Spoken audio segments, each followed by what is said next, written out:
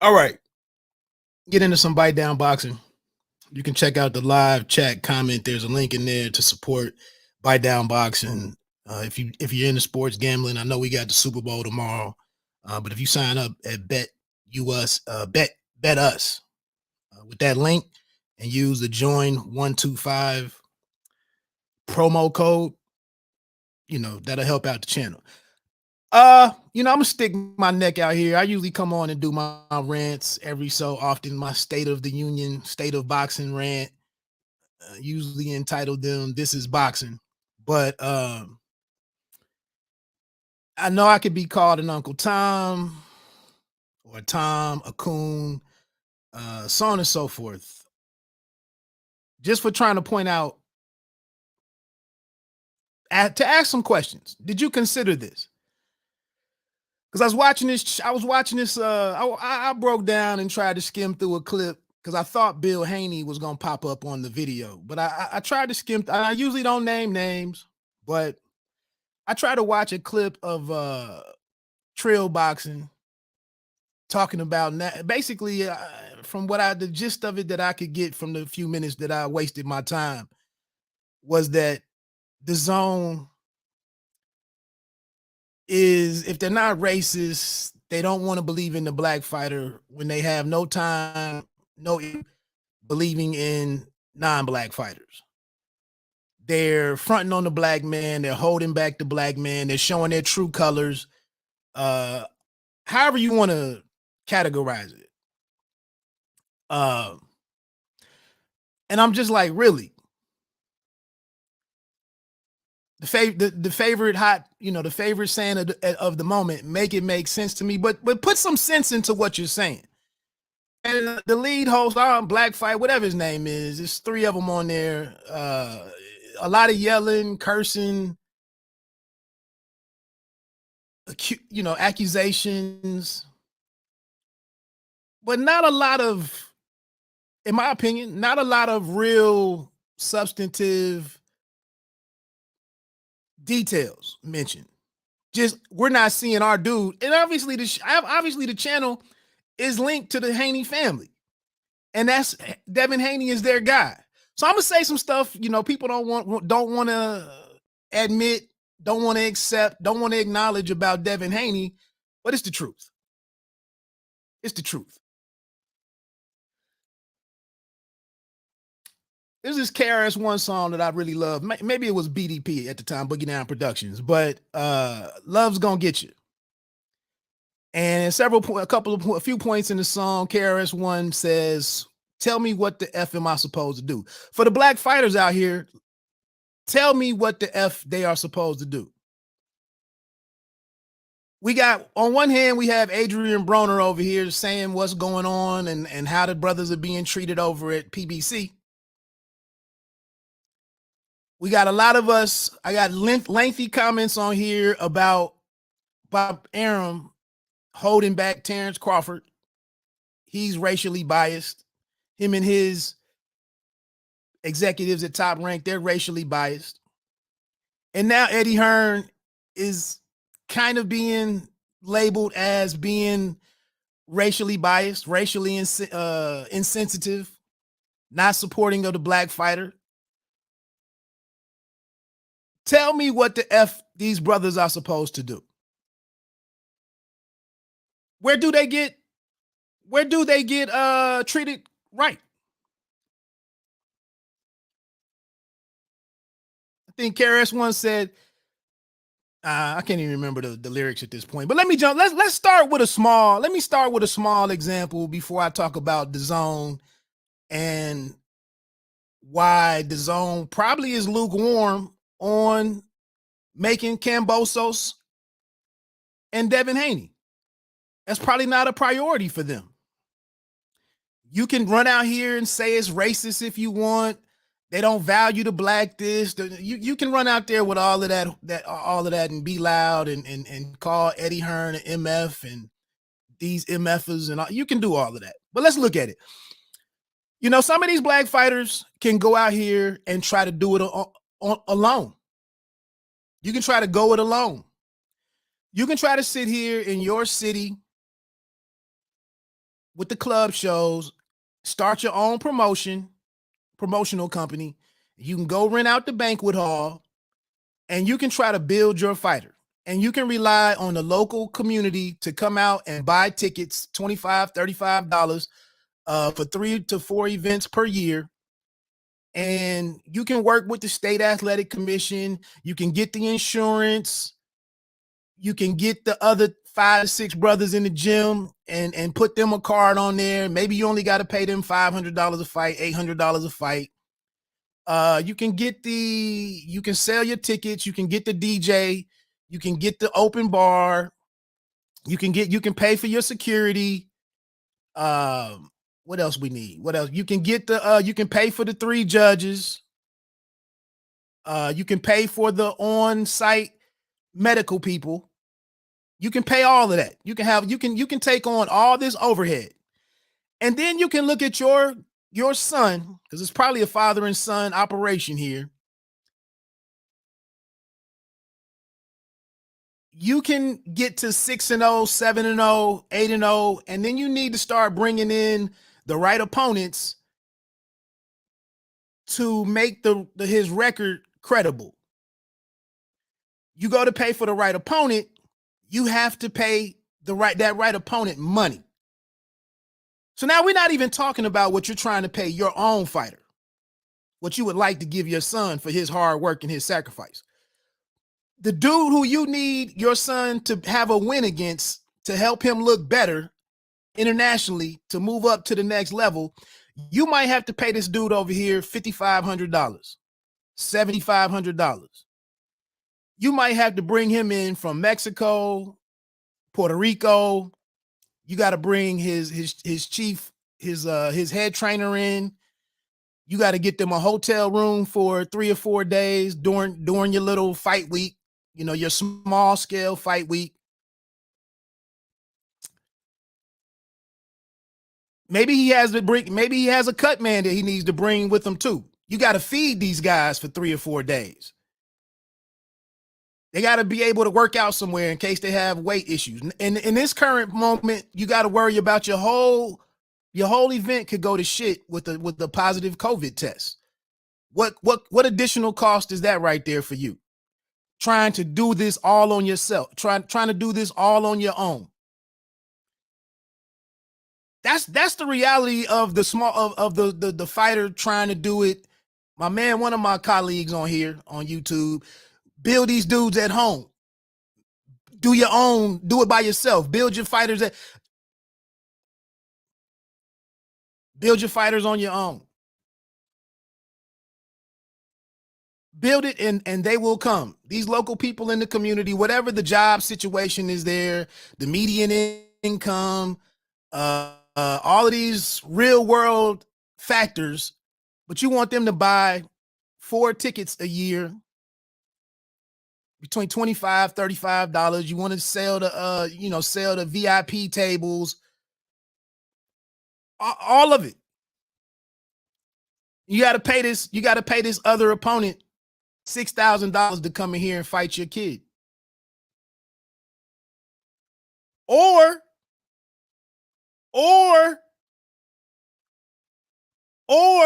Eddie Hearn, Bob Arum, somebody, Tom Brown from the PBC, or one of them can say, hey, we can make all that extra work go away. We can give you this cheat code right here. Put this deal in front of you. We'll take on a lot of this because we can hide your fighter. We can stash him away on our undercard for, the start of his career. And all you guys got to do is worry about fighting, looking good, and remaining undefeated. And we bump you up the card as you get better. That's a pretty damn good deal. That's a pretty good deal. Now I'm at 10 minutes, so let me keep it moving. That's how it works. I don't know if Trill Boxing and the next biggest channel, Beat Barbershop, I don't know if they're going to talk about any of these real world costs, these real world line items and expenditures that you have to take care of to do what you're trying to do. And it's not impossible. I got a brother in Cincinnati on April 16th that's coming back with his second fight, I think, since being disrupted by COVID. I mean, and he has a good fighter for his main event fighter, Cincinnati hometown guy, Bubakar Silla. Been down there with B&B with Bud and Bomac for the last year and a half, 2 years. What kind of an opponent are they going to bring in for Bubakar Silla? And I ain't gonna lie, 2 or 3 years ago, I could send you the link to the fight that I wrote up. They brought in some brother from Kansas or somewhere in the far Midwest or the Plain States, as I think they call them. They brought in some awkward brother, and it was a hell of a 6 or 8 round fight. Dude was wild. He was rugged. He was awkward as hell. He could take a punch. I enjoyed the fight. I don't know how much they paid that brother to bring him in there. Let's jump to Eddie Hearn and why, as best as I can piece together the dots. And I don't give a damn if you think I'm hating on Devin Haney. I'm being anti-black to Devin Haney. I'm a hater. I'm a coon. There was nobody who was more effusive in his praise of Devin Haney when they got in business together than Eddie Hearn. Devin Haney, he's a remarkable talent. He's an international fighter, world-class operator. Him and his father, a very astute businessman. I'm looking forward to being involved with Devin Haney. And he's going to pack out stadiums and arenas all across the world. And, all types of expectations and things that they wanted to do. We got one. We can grow with this kid. He can go to multiple divisions. Good looking kid, clean, a social media profile, looks good. Father and son team, no jail record, no domestic violence cases. Nobody was more happy to be involved in the business with Devin Haney. You have a couple of events. You put him in New York. You put him in DC. You put him down in Florida. You go out here. I think they put him in LA maybe. And in his last fight, you put him in here against a good name, his best opponent in Jojo Diaz. You put him in one of the 2 or 3 best venues that you can put him in. In what is it, the Grand Garden Arena at the MGM? You got to be somebody to be in there. You know that for your name to be on the marquee, you got to be somebody. The environment was not electric that night against Joseph Diaz Jr. You want to get mad and say, well, it's this shitty on-air team that they got, that the DAZN has. It's them. It's their fault. We got to place the victim on, we got to place the blame on somebody. It can't be Devin Haney because we love Devin Haney. It's got to be corny-ass Grisham and Sergio Martinez and Chris Mannix, who doesn't know what the hell he's talking about. It's got to be those 3. Shit wasn't jumping, man. It wasn't lit in there. And then the performance itself, yes, he got the victory. Yes, he did what he needed to do. Yes, he had some moments. Yes, he stood there and traded with JoJo. All of that. Checked all the boxes. Check them all. Sunday morning, the needle really wasn't moved. It really wasn't a biggie. Now you can say, well, that's because he's fighting on that shitty app. Well, that shitty app has been giving him the best paydays that allow him to be glowing in all of his IG videos with his Balenciagas and his diamonds. That had a video with him buying his jewelry. That they've paid for all, they've given him money to do all of that. I don't think Matchroom has bounced any checks.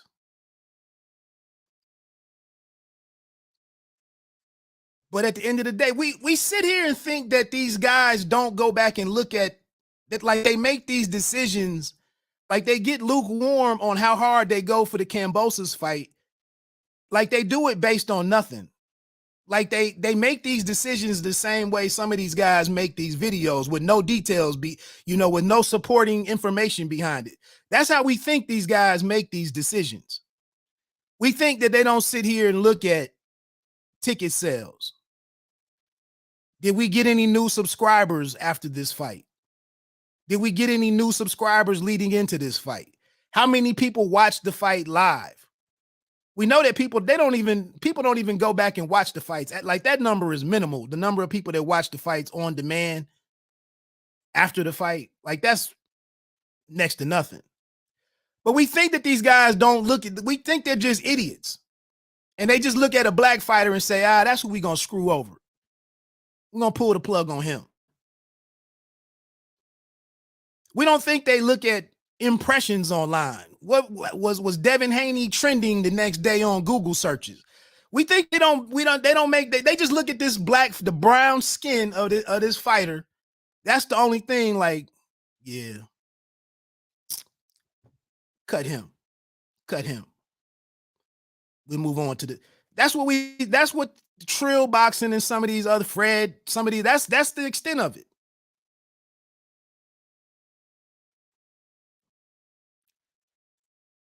I was talking it up at first when it was Kambosos was the target after Devin Haney beat Jojo Diaz.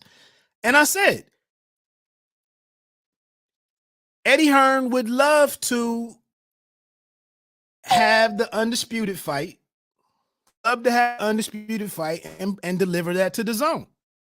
And he'll probably go do whatever's possible does Devin have to travel? The only brother that's had to travel was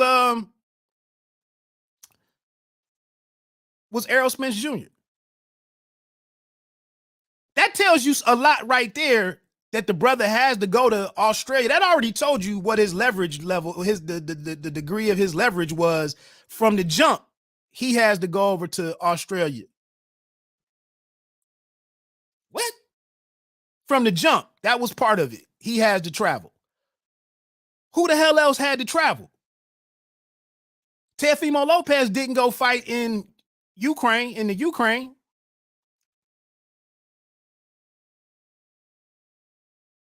Deontay Wilder did not go fight not one of those 3 fights over in the UK.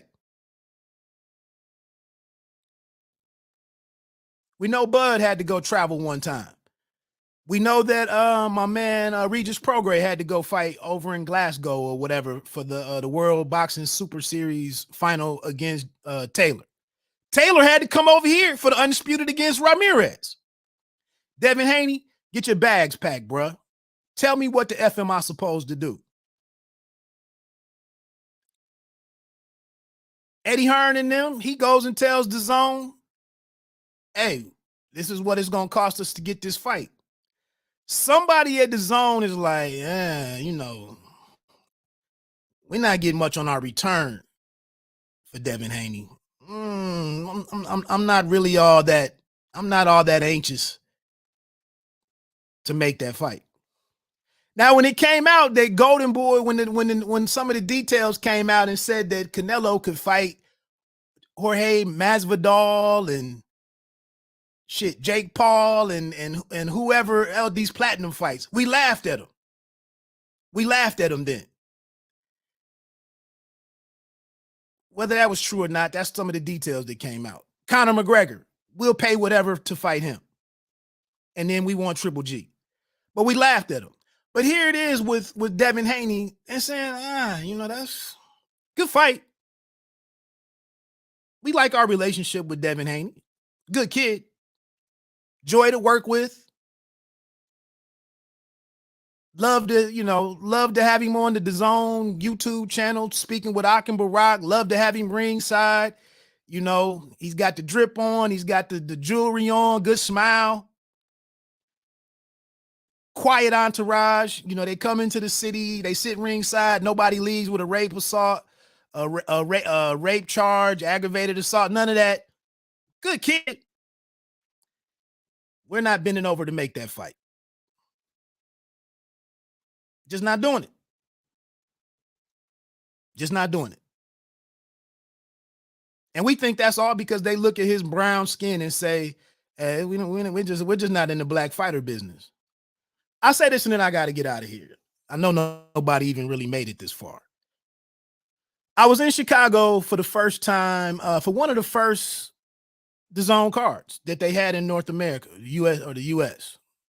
And I was at the press conference and I was sitting behind these three ladies. Maybe it was two of them. And she had a laptop in her lap. Interesting place to put a laptop in her lap.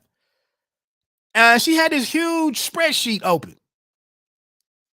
And as I'm going away from the weigh-in and the little team, the stare downs and whatnot, and I'm looking at this massive spreadsheet that she's updating, and it's the travel, it's the whole cost for that weekend show. Was that, I don't know if that was Usyk and Weatherspoon, or was this, I can't think of who the headliner was that night. I don't think it was Usyk and Weatherspoon. Damn, I can't think of. Anyway, I know that was one of them. But she's moving all these numbers here. She's on the phone, like, well, how much did so-and-so's room cost? Or who's in this room? How many team members does he have? How many people are we feeding? How much was the flight for so-and-so? We had to send a bus or a shuttle, one of those Sprinter vans. We had to send a Sprinter van to pick up so-and-so. He's not here just yet. I'm listening to her do all this business stuff. A whole freaking spreadsheet is, if it's 8 fights, if it was 8 to 10 fights on there, all this data and all of this money being moved around to pay for all of those 8 fights, those 16 fighters, that's 16 teams.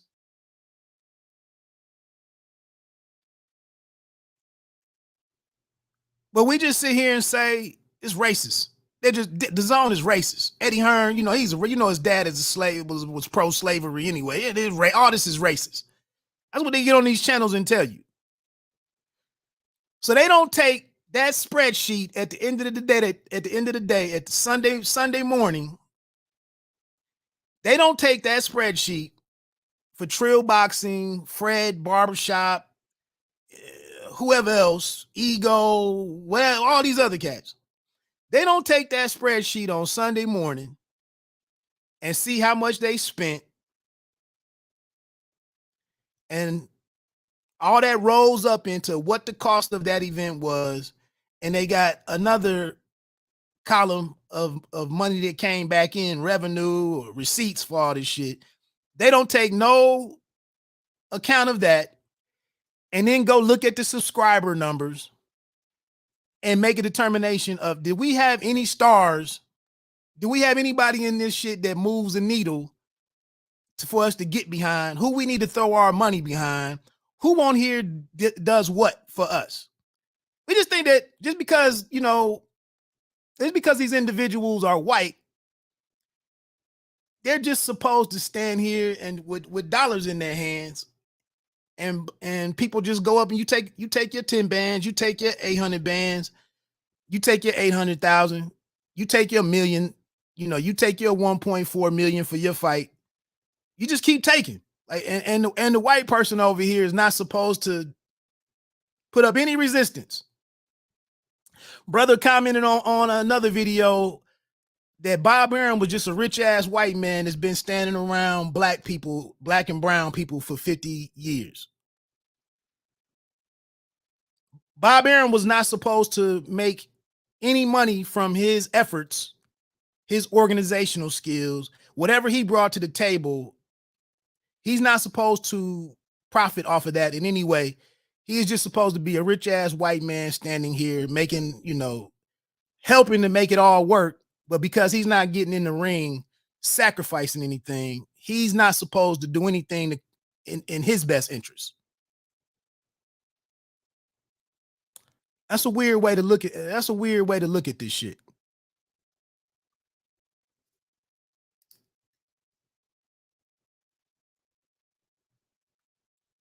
It's a weird way to look at this shit. How do you that Eddie Hearn might have went back to the zone when he got the email back or the phone call and was like, listen, Devin Haney is a fixture in our business and what our objectives is, what our objectives are for this market. We need this fight. Please. I'm pleading with you. We need to send him over to Australia. He can win this thing. He can become home undisputed.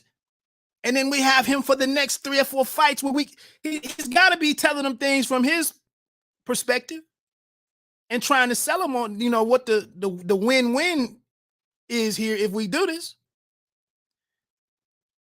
But somebody who's looking at the numbers is like, Ed, last thing I'll say, I used to watch this show, Grease Monkey. Dude was selling cars. And every once in a while, he would get a real nice car. Once I saw he had a Ferrari. Like the Magnum PI Ferrari. It was a nice Ferrari. The chassis was it was in a wreck. And he was so focused on being able to sell this Ferrari and say that he sold this Ferrari and he restored this Ferrari and he thinking, if I do all of this, this can be the biggest amount, this can be the biggest figure that I sell a car for. But how much money did he have and how much risk did he have to take on in restoring this car and fooling around with this chassis? If you know anything about cars, if the chassis is not aligned, the car's not going to ride right. Nobody wants to have a $250,000 car and the shit is pulling to the right all the time or pulling to the left or it doesn't corner right. The chassis cannot be messed up. And there was different points in the show where the dude was like, man, this is, or one of the mechanic. The mechanic was like, man, he's really in love with this with this freaking car. Sorry. He's really in love with this freaking car and it's gonna cost our business. We're gonna take a loss on this car. Because he's in love with this project and he's not looking at this as what it is. It's a business deal. It's a transaction. We put money in, we get money out. We see what the difference is, and that's our profit to move on to the next project or the next projects. And at the same time, we got to pay all these people who helped us do this shit. Like it's real numbers involved in this shit. Love is going to get you. Just like KRS once said, love's going to get you.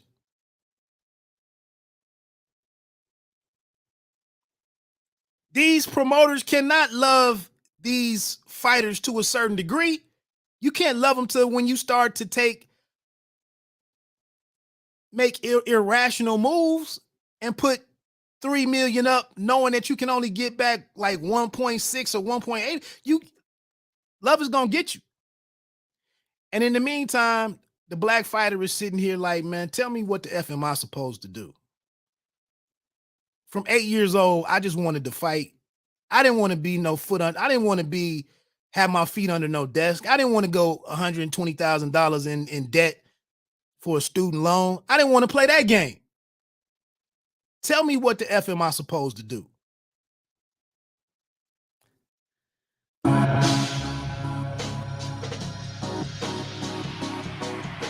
Hearn is racist.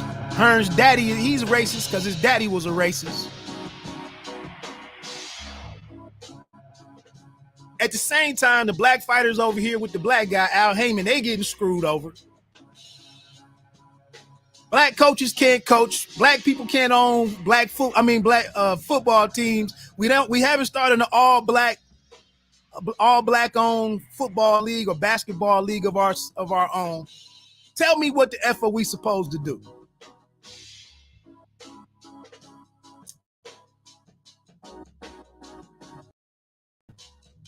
I don't know. Hey, let me get on out of here. I couldn't do this one live. I didn't want nobody chatting and messing up my thoughts. This is me ranting for the week. Bite down boxing. Don't let them count you out.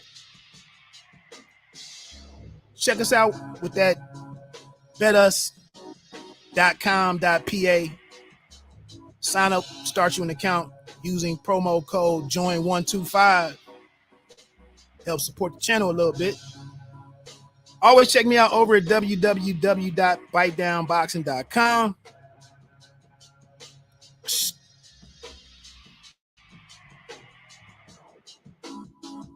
Let me get out of here.